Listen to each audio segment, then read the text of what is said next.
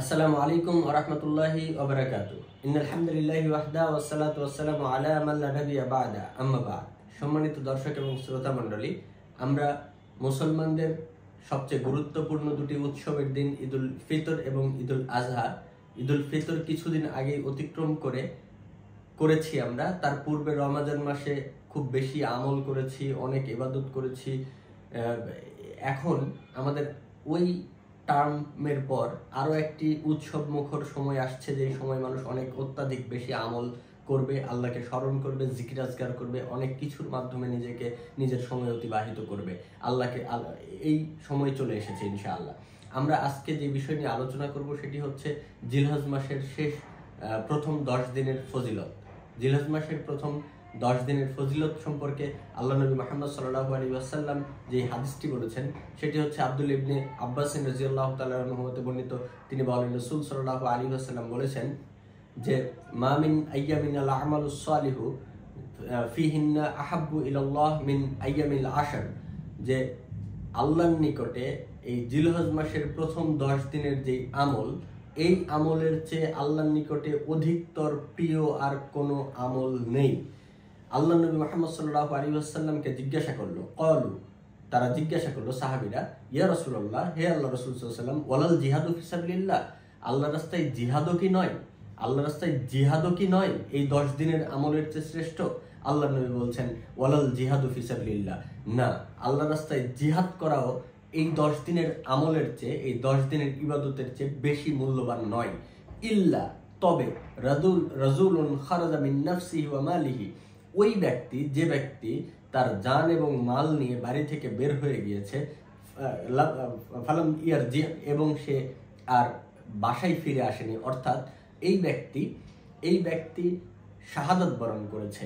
শুধুমাত্র যারা শাহাদাত বরণ করেছে যুদ্ধের মাঠে গিয়ে, সেই ব্যক্তি ছাড়া পৃথিবীতে যত আমল রয়েছে প্রত্যেকটি আমলের চেয়ে শ্রেষ্ঠ আমল হচ্ছে আল্লাহ নবী মুহাম্মদ সাল্লাল্লাহু আলাইহি ওয়াসাল্লামের কাছে এই 10 দিনের আমল। অতএব আমরা এই হাদিসটি বর্ণিত হয়েছে সহিহুল বুখারীর 969 নম্বর হাদিস, কুরবানি অধ্যায় হাদিসটি বর্ণিত হয়েছে। আল্লাহ নবী মুহাম্মদ সাল্লাল্লাহু আলাইহি ওয়াসাল্লামের এই হাদিস থেকে আমরা বুঝতে পারলাম যে এই 10 দিনের আমল কতটা গুরুত্বপূর্ণ। এই 10 দিনের আমি খুবই সংক্ষেপে এক বাক্যে আমি বলে দিই আমরা কি কি আমল করতে পারি। সেটি হচ্ছে, প্রথমেই আমরা, যদিও ডিবেটেবল বিষয় যে নখ চুল যে ব্যক্তি কুরবানি দিবে সেই ব্যক্তি শুধু কাটবে, নাকি কাটতে পারবে না, নাকি সকল ব্যক্তি এটির সামিল হবে, এটি নিয়ে পক্ষে বিপক্ষে মতান্তর, অনেক যুক্তি তর্ক রয়েছে এবং দুই সাইডেই মতামত রয়েছে বড় বড় আলেমদের। আমরা বলতে পারি যে আমরা সকলেই নখ চুল এবং আমাদের সবকিছু আমরা এই 10 দিনের মধ্যে আমরা কাটবো না, এবং আমরা কুরবানি করার পর আমরা নখ চুল ইত্যাদি ইত্যাদি কাটবো আমরা ইনশাআল্লাহ। এটি হচ্ছে একটি খুব বড় আমল। আল্লাহ নবী সাল্লাল্লাহু আলাইহি ওয়াসাল্লাম এরপরে যেই আমলের কথা বলেছেন সেটি হচ্ছে এই আরাফার জিলহজ মাসের প্রথম এই 10 দিনে 9 দিনই আল্লাহ নবী টানা সিয়াম পালন করেছেন, এ মর্মেও হাদিস পাওয়া যায়।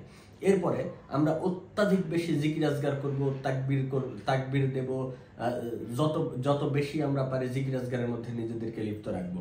এরপরে এই 10 দিনে আমরা সিয়াম পালনরত অবস্থায় অনেক বেশি দান সদকা করব, কারণ আমাদের দান সদকা আমাদের মুক্তির পাথেয় হতে পারে। তাই আসুন আমরা খুব বেশি বেশি এই 10 দিন দান করি। আল্লাহ রাব্বুল আলামিন এই 10 দিন আমাদের খুব বেশি বেশি দান করার তৌফিক দান করুক, আল্লাহুম্মা আমিন।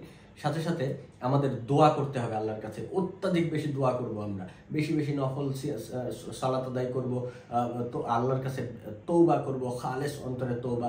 এই সময় যেহেতু খুব গুরুত্বপূর্ণ 10টি দিন, এই 10টি দিনে তওবা আল্লাহ রাব্বুল আলামিন খুব বেশি কবুল করবেন। তাই আমরা আল্লাহর কাছে তওবা করব, দোয়া করব।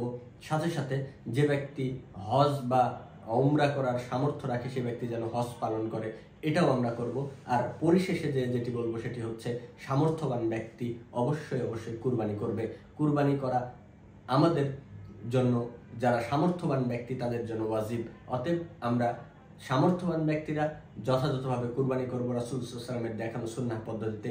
ইনশাআল্লাহ আমরা কুরবানি সম্পর্কিত বিস্তারিত এবং পর্বে পর্বে আমরা আলোচনা আপনাদের সম্মুখে উপস্থাপন করব। আপনারা আমাদের সাথে থাকবেন। জাযাকাল্লাহু খাইরান। আসসালামু আলাইকুম ওয়া রাহমাতুল্লাহি।